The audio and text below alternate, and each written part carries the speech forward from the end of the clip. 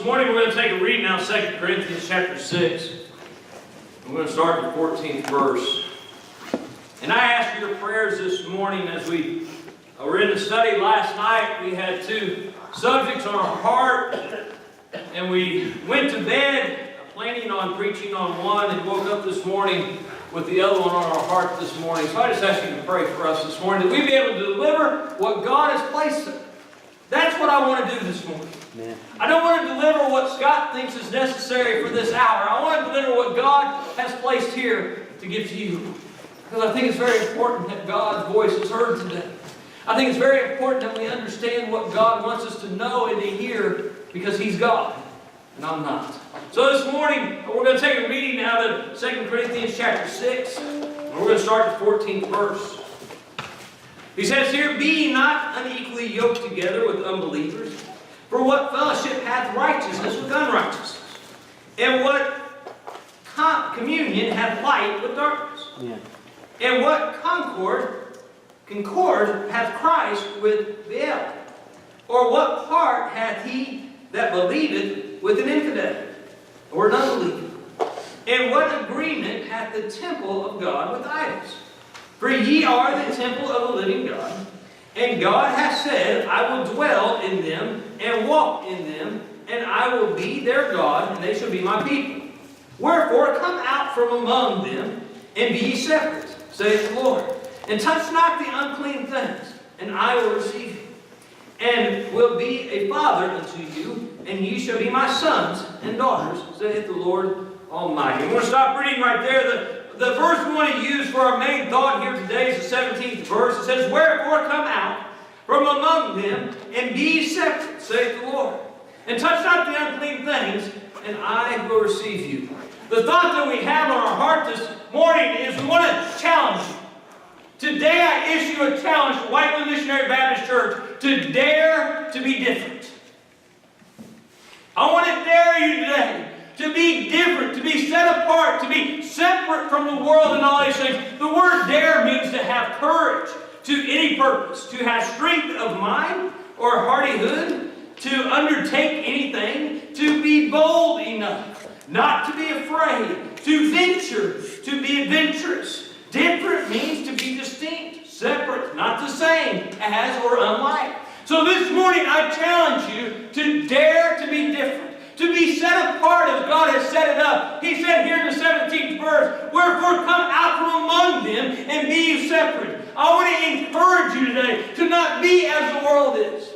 I want to encourage you today to spread love in the world. And that sounds funny, doesn't it? But it is. Today's age, we see nothing but destruction and evil, and the uncharacteristics of love spread throughout the world. And I want to encourage you today to be different. I want to encourage you today to not only love the brotherhood and one another in Christ, but I want you to love the ones in the world. I want you to show your love to the ones in the world. I want you to be the church of the true and living God. Dare to be different. We are different, aren't we? Are we not? If we're not, then something's wrong. Because God said that when I save you, I'm pulling you away from the things of the world. You are become mine. He said there in the 18th verse, He said, "And I will be a father unto you, and ye shall be my sons and my daughters." Today I want you to realize that you are different. If you've been saved by God's grace, you are different than the ones that have not been saved. You were once lost, but guess what? Now you're found. There is something that happened. He said you are made a new creature in Christ. You are born again. There's a difference that takes place in your heart. You've been changed. And we are to stand different. Today I dare you to be different. I dare you to stand different in a world that doesn't want any difference among them. I dare you to be a light in the darkness. I dare you to be the one that stands up and says, Jesus said, you must be born again. Dare to have courage to any purpose.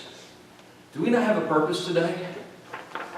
Do we not have a purpose? Past 2 weeks in Sunday school, Brother Corey brought out what hell was going to be like and what heaven is going to be like today. And don't we have a purpose?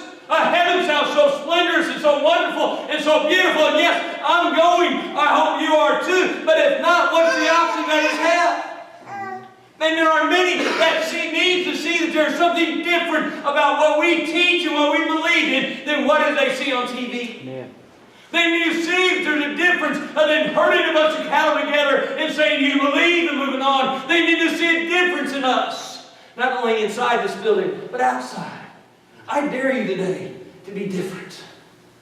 I dare you today to stand strong in the Lord. I hope this is an encouragement. I hope you take this challenge seriously. And not just a 30-day challenge, but a life challenge. That we stand different. That the lost and dying world out there sees that there is something about this man named Jesus. That he's not just a man that walked here on the earth some 2,000 years ago and died upon a cross.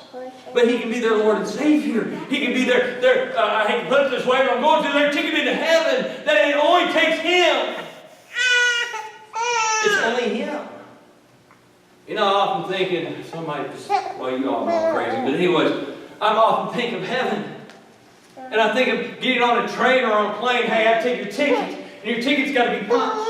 And they have to have proof that you are paid in full to get on. Do you realize when we go into heaven, there has to be proof that we've been paid for, that we've been bought by a price. That's why the Bible says that His blood is applied to our heart or our soul, or where God dwells. We have been bought with a purchase. Our ticket has been punched. When the blood is applied, there's proof that we are His and He is ours. You see, today, we need to be different. We need the world to see a difference among us. Our Facebook, and come on, pretty much everybody's on Facebook nowadays. If not, you're on Twitter or something else. But social media, there should be a difference in our page than every other page in the world. Amen? But I guarantee you, I go on a lot of pages of people that are saved by God's grace, and they look just like everybody else in the world. I dare you today to be different. We have a purpose in life. And it's not just to go around doing whatever we want, but it is to serve God and to give Him honor and glory in that, showing the ones that are lost and separated from God that there is purpose in our life. My purpose is not just to live here and die here and it be over. My purpose is to live here, spread the glorious gospel of Jesus Christ, then die and go home to my retirement. I've said it many times, God's 401k plan is out of this world, people. It's different than any portfolio you can put together here on this earth. And I want you to know and understand something. The world needs to know the difference in God's retirement and our mental retirement. Because there's a big difference. There's a big difference in spiritual retirement and mental retirement. There's a big difference in financially being stable and spiritually being stable. There's a big difference in accepting Jesus Christ and accepting the truth about Jesus Christ. There's a big difference. There's a big difference. And yes, I said the word acceptance. I believe with all my heart this morning, I'm going to say this, we're going to get it out of the way, we're going to move on. But I believe with all my heart, you must accept the truth about Jesus Christ. You must agree and accept that He is the Son of God. You must agree and accept that He did die for your sins. But if there's any acceptance unto everlasting life, it is done upon Jesus Christ doing the accepting and not us. So this morning, we need to be different. The world needs to see a different gathering here. I hope this morning you didn't come for the traditional service. Because I wish we'd throw tradition out the window. The only tradition we need to keep among our churches and never needs to leave is the tradition of following the Holy Spirit of God. Every other tradition can go, but that one has to stay. And if we do that, we will be daring to be different. There are so many things, politics in churches today that rule the church that shouldn't be in there. Traditions. Let's dare to be different today. Let's dare to be different. Let's throw our mental knowledge of what we think the service ought to be, and let's follow the Spirit of God today. Let's be different. Let's show this lost and dying community there's a purpose for Whiteland Missionary Church, Baptist Church to be here. If there's not, why are we here? Why are you here today? I asked this last week, and I'm going to ask this again this week. Why are you here today? Is there a difference among you than there is in the world? Are you here just because it's Sunday morning at 11 o'clock time for service? Or are you here because you desire to serve God? You desire to worship Him with your brothers and sisters in Christ. Why are you here today? Is there something different about you than there is in the world? Do people see a difference in you? Do people know there's something different about you than there is in the next guy down the road? Do people see a difference in you than they do in someone in another church that's not like faith in the Lord, that don't believe the way we do? Do they see a difference? Do they see that there's something real about what we teach and what we believe? Do they see that difference? Are they seeing that separation? Are they seeing that unlikeness? Are they seeing that there's something that's different? I keep going back to that word different, but something that's different from you than there is, let's just take the church down the road here. Is there something different in your life? I'm not talking about the way the church reacts to recreational things or this or that, but there's something different about the way you live your life compared to the way someone else does. Is there something different that the world can see? Because your actions speak louder than your words. James said, you say you have faith, but I show you my faith by my works. Faith without works is dead in the eyes of people. That's what he's saying. He's not saying that you've got to be saved by works, but he's saying your faith, after you're saved, what you say you've got faith in and how you live your life can tear your faith completely down, that your faith will be dead without the works of that faith going out. You believe in God? Show it in your life. Show it on your Facebook. Show it on your Twitter account or whatever social media you got. I'm not one to tell you that all social media is bad. It's how we use it. That's what makes it good or bad. So this morning I want to encourage you to be different on your Facebook page. Let the world know if there's something different about you. Don't let them see everything else.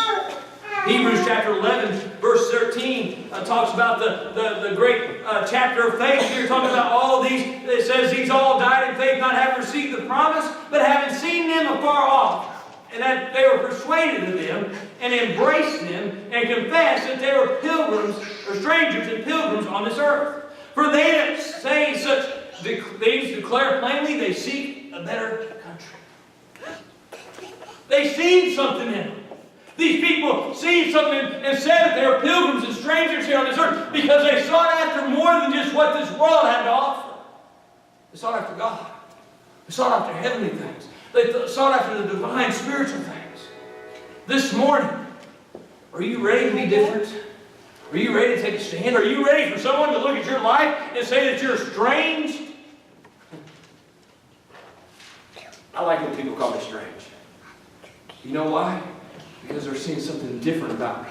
Not all the time they call me strange is good. Don't take me wrong. Not all the time they call me crazy is it good. But they're noticing something. And I guarantee you somebody's noticing something in your life, whether it be good or whether it be bad, they're noticing what is going on in your life. If you proclaim to be a Christian, they notice things in your life that you don't even notice. And we need to let the world know. They need to see in us that we are strangers here on this earth. We're pilgrims. In other words, we're just passing through. This isn't our home. And we make it our home. We get so content and comfortable in this world. And we are not to be like the world. But we are to be that separate people. He said in the 17th verse there, wherefore come out from among them and be ye separate, saith the Lord. This isn't Scott saying this or Paul saying this. This is God saying this. He said, come out from the world. Be you separate, be you different, be you separated from that they can tell there's something about you. Be that separate person. You've got someone lost in your family. Be that different person in their life. Let them see there's something different about you. If you lead the same life that they lead, why would they want what you have? I had a man come up and tell me that one time. It was a very big eye-opener for me. He said, you live exactly like I do, so how and why would I want what you have? What's so different about it? And if they got to ask that question, we're failing God miserably. If we want to see our lost loved ones saved, we must live a different and separate life. Separate from the things of this world. Concerned about it, yes, but separate from it. To where God is the most important and the world takes second place. And if they see this in their life, it's very important. If it wasn't important, God wouldn't have told us to be a separate people. He would have told us to be just like everybody else. But He said it's very important that you are a separate people. That you are different than the world. That the world would see me and you. Jesus said, let your light so shine. Why? Why? So they see the glory of my Father. Not that they would lift you up. Not that they would praise you or think you're something great. But they would see the Father which is in you. They would see that Spirit of God come out. And the only way they can do that is if you are separate. And yes, as the song said, we need something to send the light. And the only one that can send the light is God. And when He sends it, we need to accept the light and not the world. It's easier to accept darkness than it is light. It is. Because just to be in darkness, you don't have to do anything extra. I caught myself the other night. And I probably shouldn't say this, but I caught myself the other night sitting there on the couch thinking, man, it's getting dark in this house. That light switch is way over there. I'm just sitting there. Thought to myself, it's getting awful dark out. Man, it's awful comfortable sitting here. That light switch is way over there. So I thought for a second. I said, Grayson, go do Dad a favor. Turn on the light. Grayson went over, the light switch turned on, didn't say no word, and went on about our business. But you know that's how we are. We'd rather someone else be different and do the work than us. And if we're all honest with ourselves, we can say amen. Because it's easier for someone else to do the work. It's easier to tell someone else, hey, we need this, and they go do it, than it is for us to actually do it. Just as it was easier for me to tell my son to turn on the light for Dad, it's easier for him to do it than it was for me. Yeah, I would have had to push the button on the side of the recliner, let the feet go down, get up, walk a good 10 feet at the most. It's a long walk. Get that light switch, switch it on, and then have to turn around and go back. Whew. That's a lot, but you know that's how we look at working for God. That's how we look at it. We're comfortable. And the Bible says, be not comfortable in this world, but be you different. You separate. And when we get comfortable, it's easier for us to sit there and point fingers and say, hey, go do this, go do that. And we'll just sit here. And it looks like it's almost impossible to do. But the Bible teaches me, and I've witnessed it in my own life, that all things are possible with God. That He can give us strength that we didn't even think we could have. That He can give us power that we didn't even think we could have. That He can help us do these things that we didn't think we could do. As long as we acknowledge Him and put Him first. And dare to be different. Be strong about being different. Don't be afraid to be different. Be strong about being different. There's nothing wrong with being a little different, you know. The world wants us to be the same as them, but they want to be different from us. It's time that we want the world to be the same as us, and then to be different as the world. That's what Paul said. I persuaded all men, be as me. He wasn't talking about being bonds, being preaching. He was talking about all men to be saved. He said, yes, I'm different, but I persuaded all men would be as me. Be saved. Today.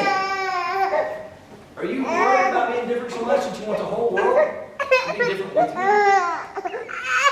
Be separate, he said. Come out of the world. Set apart. Timothy, in the book of 2 Timothy, Paul writing here, he said, thou therefore endure hardness as a good soldier of Jesus Christ. No man warreth entangling or involving himself with the affairs of this life, that he may please Him who hath chosen him to be a soldier. Now, who has chosen you to be a soldier?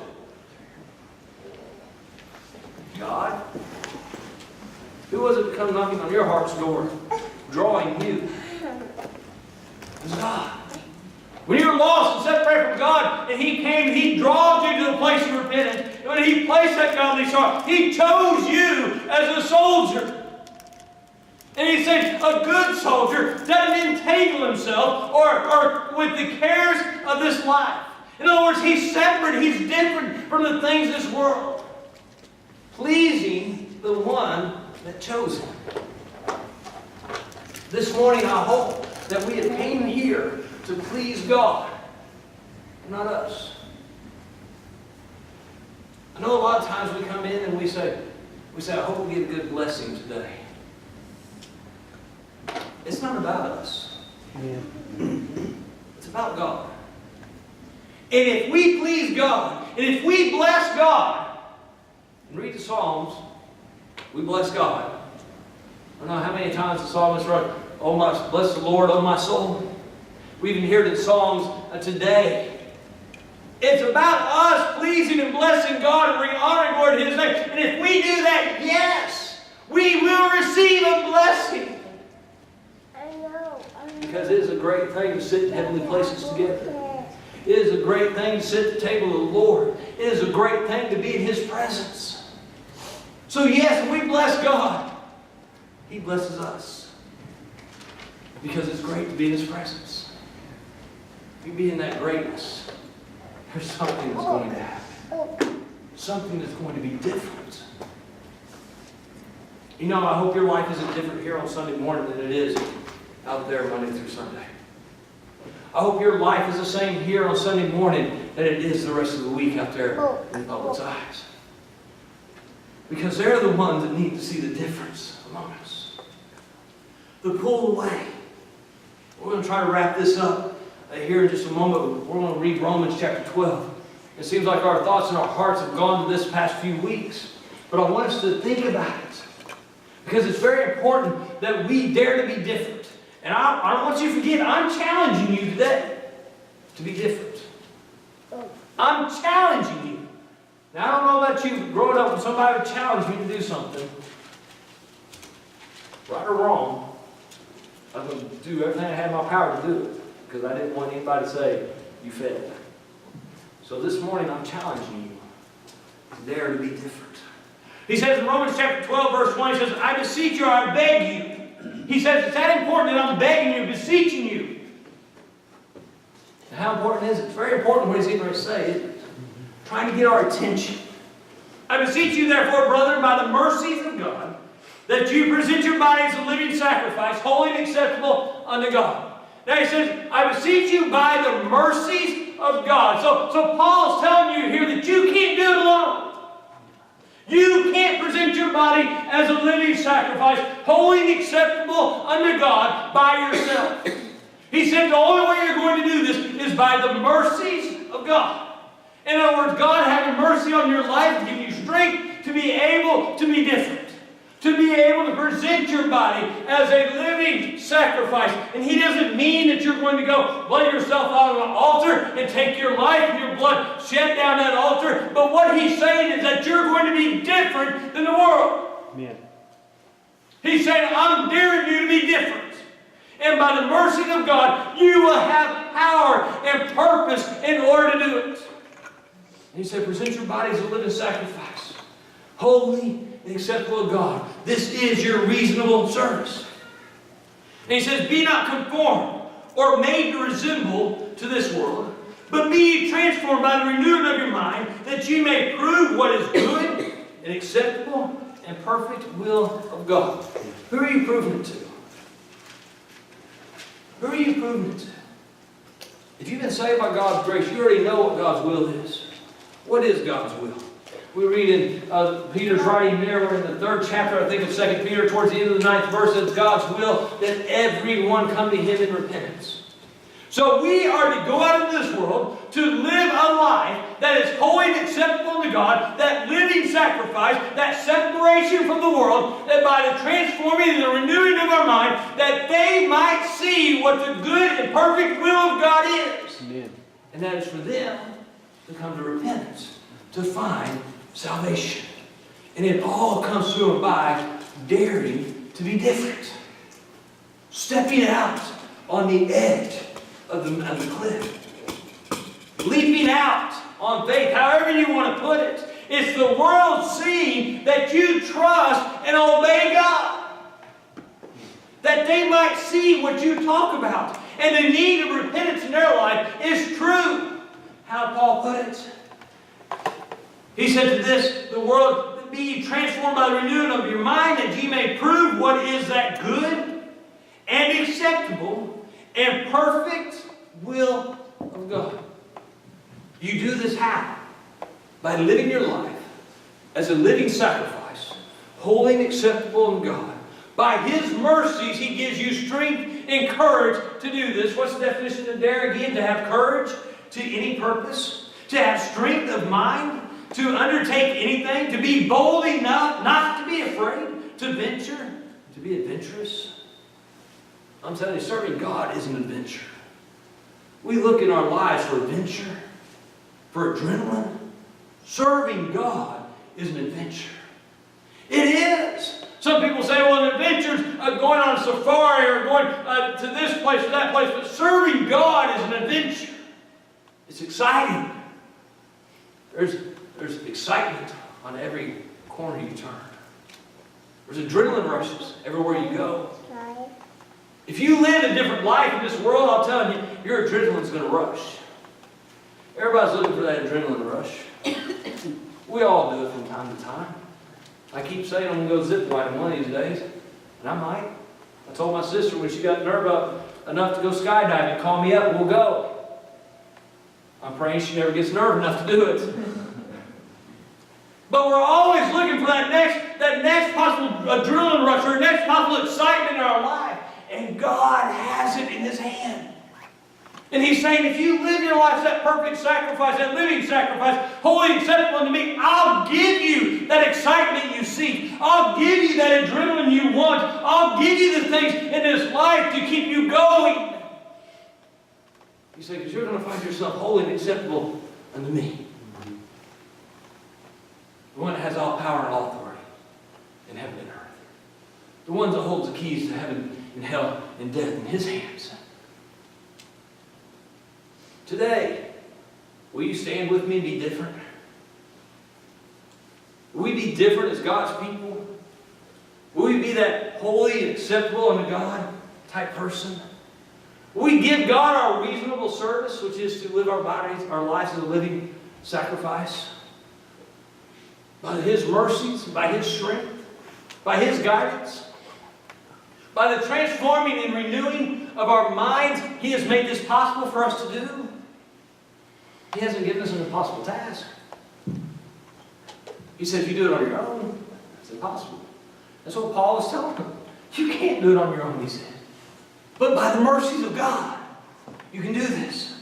By the transforming and renewing of your mind, you bring God in and you're going to put God out. You're going to show the world that there's something about you. This morning, I beg you to be different. Peter tells us, boy, that clock goes faster every week.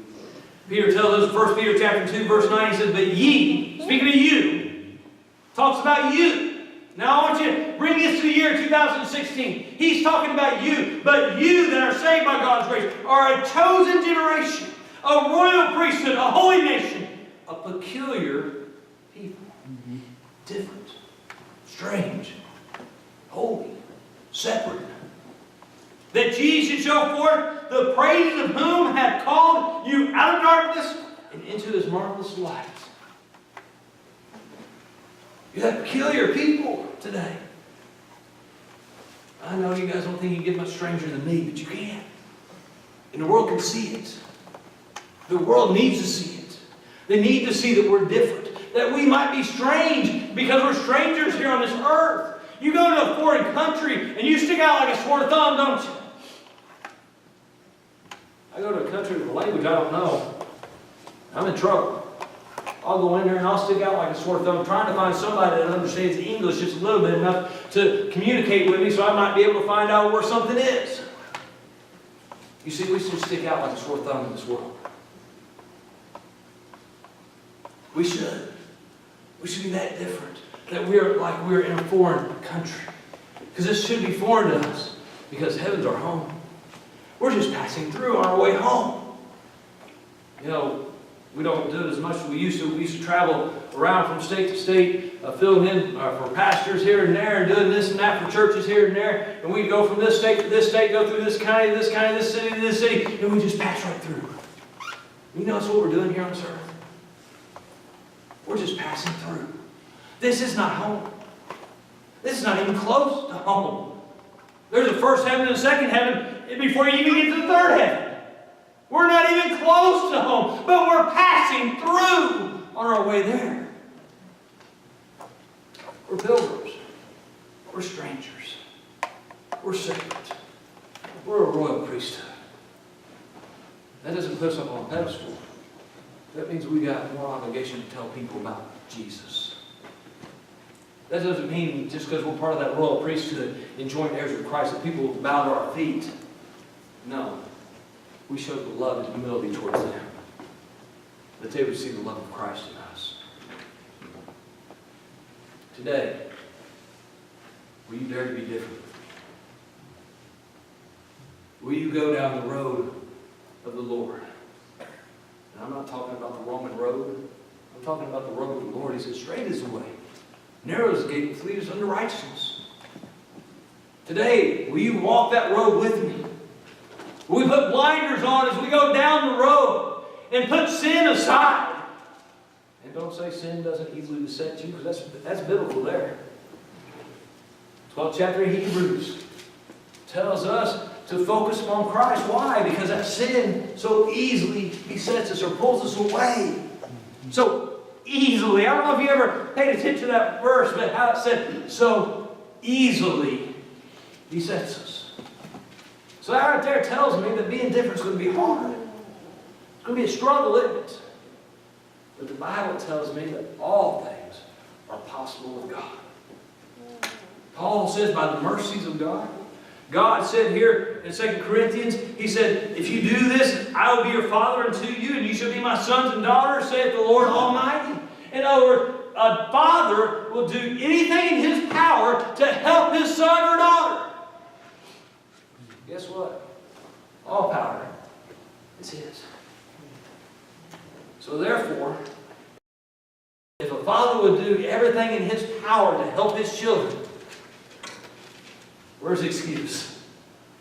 Because he has all power. And he will bring the power to us and allow us to have the power if we dare to be different. So he's saying the world needs to see that you are my sons and daughters. That you are different than them. Whether you go through life singing songs, or whether you go through life praising God hourly, or whether you just go through life telling everyone about Jesus every chance you get. Whether you just live your life, people see you coming in and out of the church.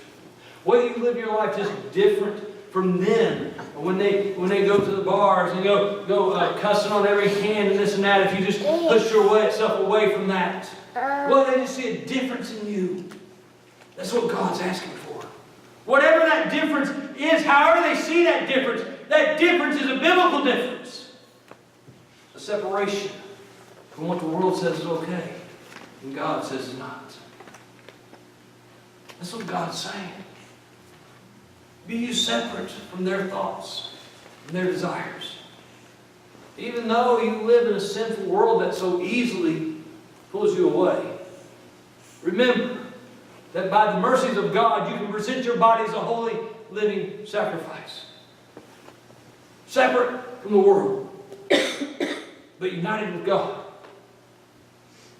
And if you're united with God, they're going to see a difference in your life. They're going to see a difference in your way you live in this world. They're going to see something different about you. I'll say this and then I'll close. When I was a lot younger, my sister was backing out of my grandparents' driveway. And at the time, there was a big hill at the end of my grandparents' driveway, and you couldn't see past that hill.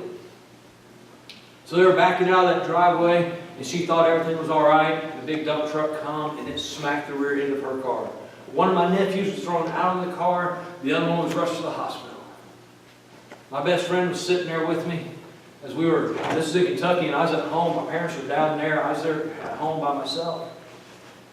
And he asked me, he said, why aren't you more upset? Why aren't you heading down there? Sometimes it's in God's hands, not mine. So God's going to take care of them. They're at an age at that time, whether they went out of this life or not, they're in God's hand and God's going to take care of them. I wasn't concerned about that. I was concerned about their well-being. Don't take me wrong, but the only thing I could do is put them in God's hand and ask God to help them.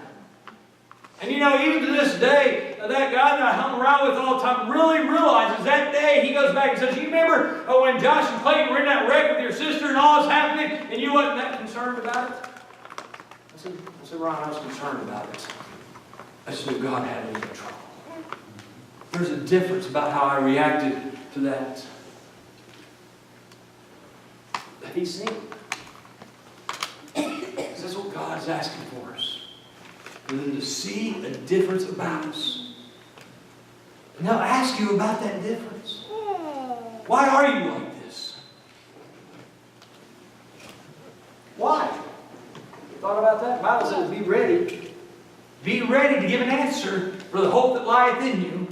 Be ready to give that answer. So when they ask you, why are you so different? Why do you stand against this? Why are you against this? Why do you stand different than this view or that view? Be ready to point them to the one that gave you the reason to be different, which is God. And without Him, there's no reason to be different. But with Him, the world needs to see a difference. We can't do it without Him. But with Him, we can. So I challenge you one more time. Dare to be different. Bond with one another. Unite in this challenge. And us as God's children, let's dare to be different together. Let's be strong with a purpose to be different in this world. Separate, peculiar strangers, pilgrims passing through. That when they see us, they'll see there's something different about us. Not that we might be boasted up. Pride bring forth destruction. Not that we get big heads, but that they would see Jesus in us. The love of God that sheds abroad in our hearts. They would know that what we say is true. I'm going to use what Brother Corey said this morning. Remember back, don't go back to the day of salvation, but remember the last time you were in the presence of God. I know he put it in a different way, but I'm looking at it like this. When you're in the presence of God, nothing else mattered but God. Giving Him honor and glory. Giving Him praise and worship. Bowing to His feet. Pointing the world to Him. It might not literally be saying go to Him, but by your life and what was going on around you, showing that He is real. Go back to that day. Relive that day. Every time you forget about who you are, relive that last moment that you were with God. And then go out in this world and dare to be different. God bless you is my prayer.